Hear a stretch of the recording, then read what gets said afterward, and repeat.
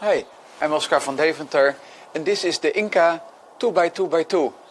You may remember the Inka cube that I've shown you before, which is a shape mod of a 6x6x6 Rubik's Cube. And the shape was suggested by Edwin Ladronde from Cusco, Peru, who really likes this Inka symbol shape. But yeah, for the tourist industry, probably the 6x6 is way too difficult to solve. So what I did was I shape modded a 2x2 Rubik's Cube, and what you see here is just how we can use this as a 2x2. So all the other parts, they are just a distraction.